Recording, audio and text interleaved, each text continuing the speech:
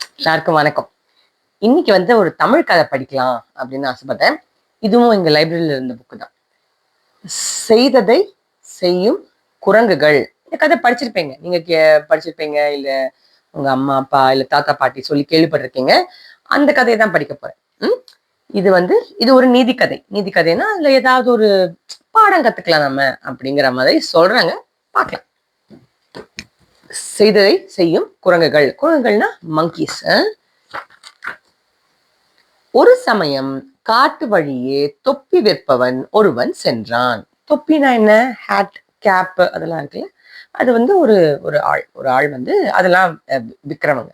He sells hats, caps. அவங்க ஒரு காடு வழியா நடந்து போயிருக்காங்க. காடுனா என்ன? ஃபாரஸ்ட் வழியா நடந்து போயிட்டு இருக்காங்க. இட்ஸ் அ வெரி டயரிங் டே. ரொம்ப பயங்கர சன்னியா இருக்கு போல.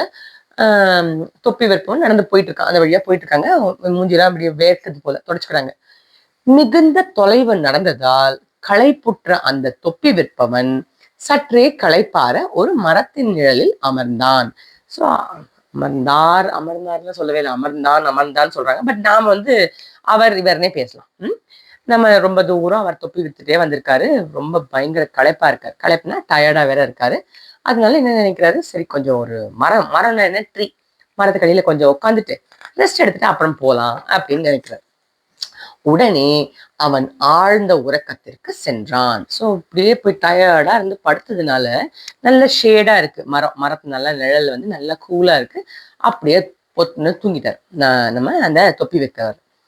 உறக்கத்தில் இருக்கும் வியாபாரியை கண்ட குறும்புக்கார குரங்குகள் அவர் கூடையில் இருந்து தொப்பிகளை எடுத்தன. ஆஹா, எந்த மரத்துல அடியில் மரத்து நிழல்ல படுத்திருக்காரோ அந்த மரத்துல மேல நிறைய குரங்குகள் இருக்கு. பயங்கர குறும்புக்காரனா சீக்கி, ரொம்ப நாட்டியா இருக்கிற குரங்குகள்லாம் என்ன பண்ணுது,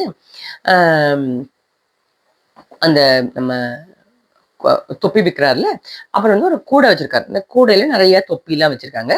அப்ப அவர் நல்லா ஆழ்ந்த தூக்கத்துல இருக்கும்போது இந்த குரங்குகள்லாம் என்ன பண்ணுது, மெதுவா ஒவ்வொன்னா போய் தொப்பிய அந்த கூடையில இருந்து கூடைன்னா என்ன, பாஸ்கெட்ல இருந்து எடுத்துடுறாங்க. தூக்கத்தில் இருந்து எழுந்த வியாபாரி காலியாக இருக்கும் தன் கூடையை பார்த்து அதிர்ச்சி அடைந்தான். சோ என்னாச்சு, தூங்கியாச்சு. தூங்கி எழுந்திருக்கும் போது பார்த்தா கூடை காலியா இருக்கு. ஸோ அவர் பார்த்த உடனே ஒரு அதிர்ச்சி. என்னாச்சுடா, என்னோட கூடையில இருக்கிற தொப்பிலாம் காணுமே. மரத்தின் மேல் குரங்குகள் தொப்பிகளை அணிந்திருப்பதை பார்த்தான். என்ன இருக்கும் அப்படின்னு பார்த்தா எல்லா குரங்குகளும் தலையில அந்த தொப்பிய போட்டிருக்கு. கோபம் கொண்ட அவன் கீழே இருந்த கற்களை எடுத்து குரங்குகள் மீது விட்டெறிந்தான். ஸோ என்ன பண்றாரு, என்னது இது, இந்த குரங்கு ஏன் இது மாதிரிலாம் பண்ணுது அப்படின்னு கீழே இருக்கிற கல்லெல்லாம் தூக்கி அந்த குரங்கு மேல தூக்கி எறிகிறார். ரொம்ப கோவமா இருக்காங்க அவன். அப்படி தூக்கி எறிந்த போது என்னாச்சு, பதிலுக்கு குரங்குகள் மரத்தில் இருந்த பழங்களை அவன் மேல் விட்டிருந்தன. ஸோ அந்த மரத்துல நிறைய பழங்கள்லாம் இருக்கு போல. ஸோ இவர் தொப்பி விற்கிறவர் கல்லு தூக்கி போட்ட உடனே அங்க மேல பழங்கள் எல்லாம் தூக்கி போடுறது யாரு, இந்த குரங்குகள். நீ தூக்கி போட்டியா, நாங்களும் தூக்கி போடுறோம் அப்படின்னு பண்ணு. குரங்குகள் செய்ததை செய்யும் என்பதை புரிந்து கொண்ட அவன் உடனே ஒரு திட்டம் போட்டான். ஸோ அவன் கல்லை தூக்கி போட்ட உடனே அவங்க பழங்களை தூக்கி போட்டாங்கல்ல, அதை பார்த்த உடனே அந்த தொப்பி விற்கிறவருக்கு ஒரு ஐடியா வருது, ஒரு யோசனை வருது. தன் தலையில் இருக்கும் தொப்பியை உடனே அவன் கீழே போட்டான். அவங்களும் அந்த அந்த தொப்பி வைக்கிறவங்களும் தலையில ஒரு தொப்பி போட்டிருக்காங்க. தலையில இருக்கிற தொப்பியை எடுத்து கீழே போடுறாங்க. கீழே போட்ட உடனே என்ன ஆக போகுது,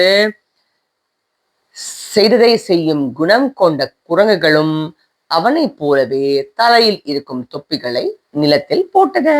ஸோ அந்த தொப்பி விற்கிறவர் கீழே எடுத்து போட்ட உடனே அந்த குரங்குகளும் தலையில இருக்கிற தொப்பி எடுத்து கீழே போட்டு இவ்வாறு அவன் தன் தொப்பிகளை பெற்றான். அவ்வளவுதான், கதை முடிஞ்சு போச்சு. இந்த இடத்துல ஒரு நீதி எதுவும் இல்லை.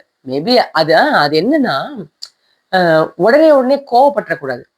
என்ன பண்ணலாம் அப்படின்னு யோசிச்சுட்டு செயல்படணும். கல்லை மட்டும் தூக்கி போட்டு சரி இப்போ தொப்பி வேண்டாம் அப்படின்னு போகல. அந்த தொப்பி விற்கிறவர் என்ன பண்ணிருக்காரு, யோசிச்சிருக்காரு. நான் என்னெல்லாம் பண்றேனோ அதையும் அதெல்லாம் அந்த குரங்கும் பண்ணுது. ஸோ நான் தொப்பியை கழட்டி கீழே போட்டா குரங்கும் தூக்கி போடுதான்னு பார்க்கலாம் அப்படின்னு நினைச்சிருக்காரு. அதே நடந்தது.